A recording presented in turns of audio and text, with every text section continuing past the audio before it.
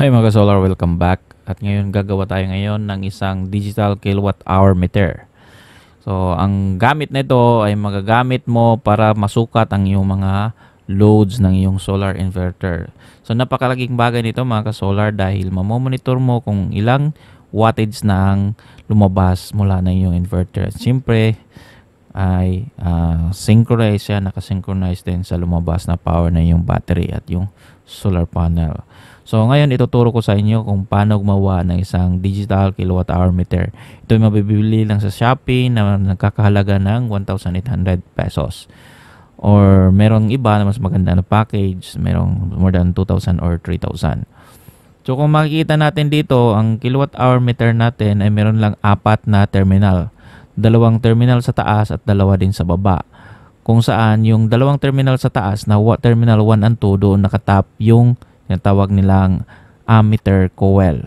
Coil yan, yung toroidal coil para sa sensor ng ating kuryente. Diyan sinesense niya yung dumadaloy ng kuryente sa iyong load. At sa baba naman ay madali lang i-tap mo lang yung 2 linya para sa saksakan ng iyong load.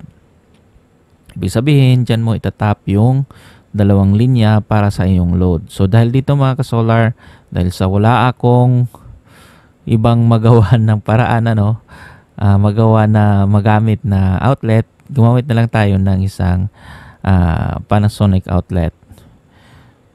So from terminal 3 and 4 sa baba, direkta na natin siyang itap sa convenience outlet. Isang single gang, 1 gang lang yung ginamit natin mga ka-solar.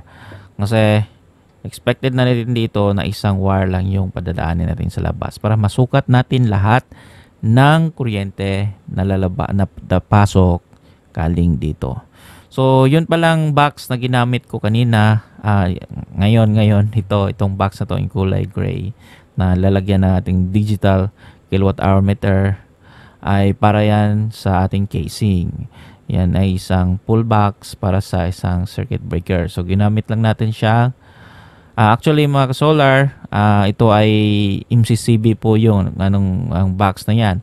Pero yung gamit natin dito ay para sa DINRAIL type na MCB.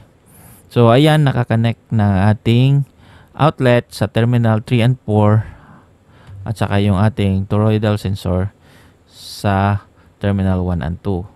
So kung saan nakakabit yung ating outlet sa line 3 and terminal 3 and 4, dyan din natin ipapasok yung ating input power, yung line 1 at line 2.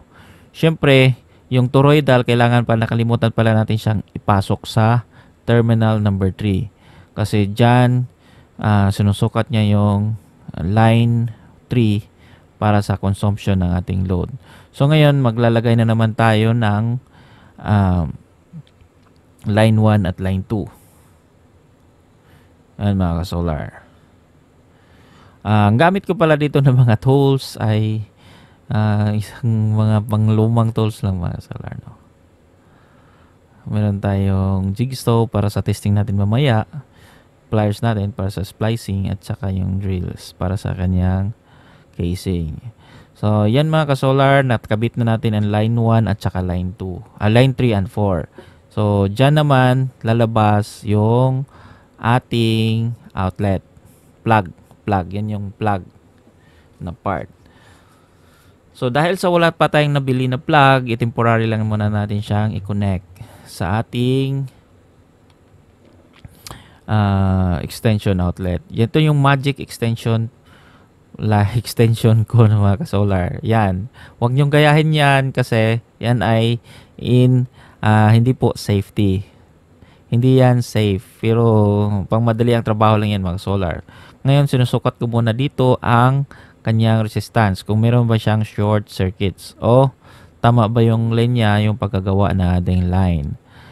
And then sinukat-sukat ko na naman kung meron siyang mga grounded na. At saka ito, dahil sa temporary yung plug natin, saksak muna natin yung input power dito para sa ating supply ng ating digital kilowatt hour meter. So digital kilowatt hour meter, kailangan mong masense yung voltahe at amperahe ng bawat kuryente para i-total niya yung konsumo Because power is voltage times current according sa formula. So ito mga ka-solar, chinek ko na yung voltahe na meron na tayo sa plug natin. Ngayon, gumagana na ang ating digital kilowatt hour meter. So kailangan nating subukan muna siya bago natin ipasok doon sa ating box. Para hindi tayo mahirapan na magbaklas na magkabit. Laging i-test natin kung i-check kung gumagana na yung system bago natin siya ilagay sa kanyang casing. So yan, kung nakikita natin, meron tayong 220 volts and then 240 watts na load. So gumagana yung ating digital kilowatt hour meter. Okay, solar, kaya ipasok na natin siya sa ating casing, yung ating electrical enclosure. So kailangan lang natin dito ingatan ang ating pagkakabit na hindi siya matanggal at higpitan yung ating mga terminal points.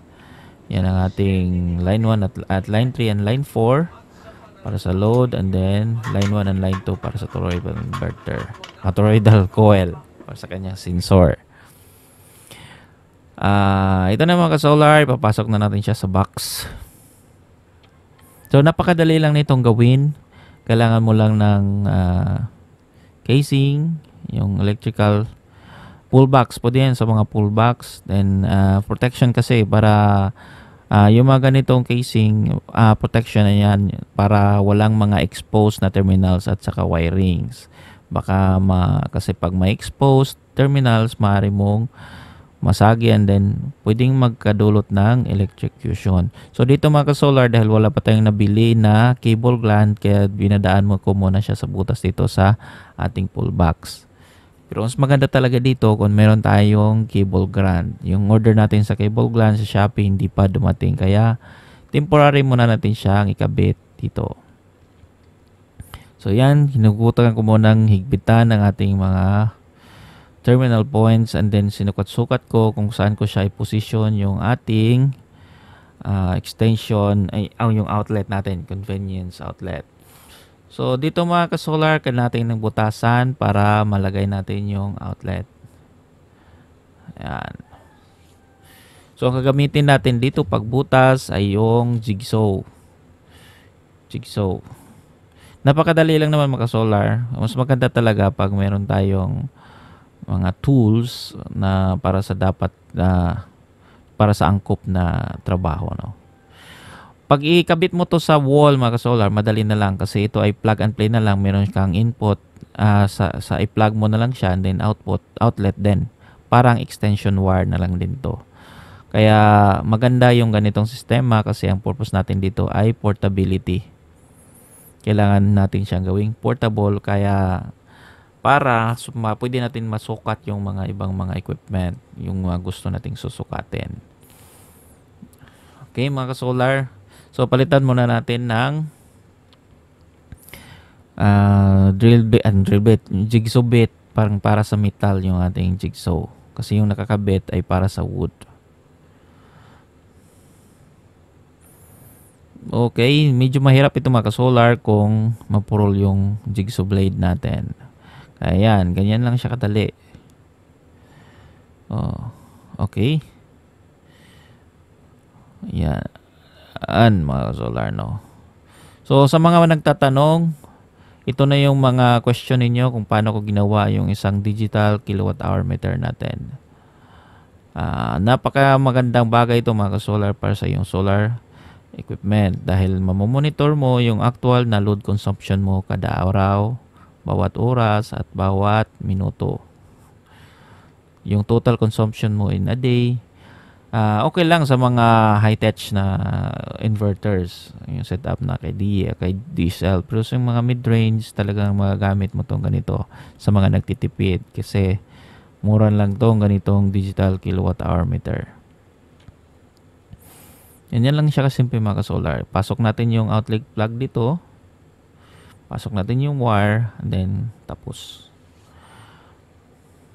Para naman sa gustong mag-set up, wag niyong gayahin yung mga practice ko na pangit. Yung tulad nyo walang plug. Sana matuto kayo, no. Ito ay para sa expert lamang, lalo lang sa mga nag-umpisa pa lang, kailangan nyo talaga safety. Safety. Sana sa sunod na mga video, hindi tayo na magkukulang ng safety apparatus, no? Mga personal protective equipment para at least safe yung pagkagawa natin. So ngayon mga ka-solar, meron na tayong pull box. Napasok na natin siya. And then the next natin is ilagay na natin yung ating outlet. Para sa mga, kumusta na kaya yung mga solar natin, no? Na na-install. Ay, yung ganito palang digital kilowatt hour meter, pag ang kagandahan dito ay maliit siya, digital at portable. And then, meron siyang amperahe, mababasa mo. Then yung voltahe, meron siyang hertz. Kung ilang hertz. Yes, Alexa, 10 in the evening na pala mga ka-solar. Yan. So, ganyan na yung ating output na portable kilowatt hour meter. Okay. So, napakadaling gawin lang mga ka-solar. Napakadaling gawin at ano lang terminal 3 and 4. Yun lang yung kakabitan mo, yung papunta sa outlet. And then, terminal 3 and 4. So, ito na ating finished product. Wala pa tayong cable glands dito mga ka-solar na para lagyan siya ng cable gland. Yan. And then, the output. So, nakasaksak na ang ating ingo na jigsaw. So, nakasaksak din siya sa ating portable na extension wire. Lagyan na natin ng supply. Kasi wala pa tayong plug for testing. Ay, saksak na natin mga ka-solar. Kailangan na natin isaksak.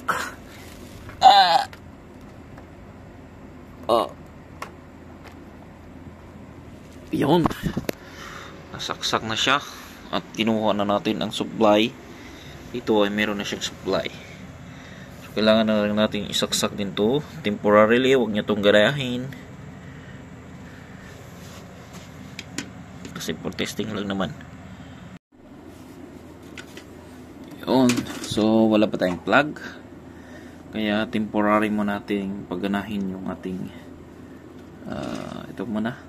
Huwag nyo itong gayahin mga ka-solar. Lagyan natin ng power. Okay. At meron na siyang power. Kita nyo, meron na ba siyang power? Hindi siya nakikita. Yan. Meron na nga siyang power. Makikita niyo mga solar. Tanggalin natin. Okay, patay. Itong balik. Huwag nyo itong gayahin mga solar. That is for testing purpose only. Kung makikita natin, wala pa siyang 0 watts pa yung ano niya. Yung reading is 0 watts. So again, turn on. Alexa, turn off air. Okay. So, pinatay muna natin yung aircon natin para hindi masyado mabigatan yung ating inverter. Kasi 3/4 horsepower po yun.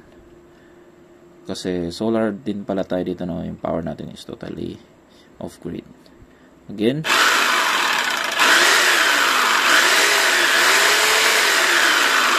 Pumapalo siya ng 350 to 400 watts. 500. Wala pa yung load mga solar. So, yung volts natin is 222 volts and 59.5 hertz. Ayan. So, approve.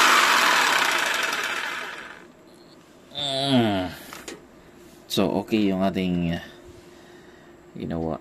So, this is a digital kilowatt hour meter with a pull box. Itong pull box na to ay enclosed para sa enclosed circuit breaker po yan. So, yan.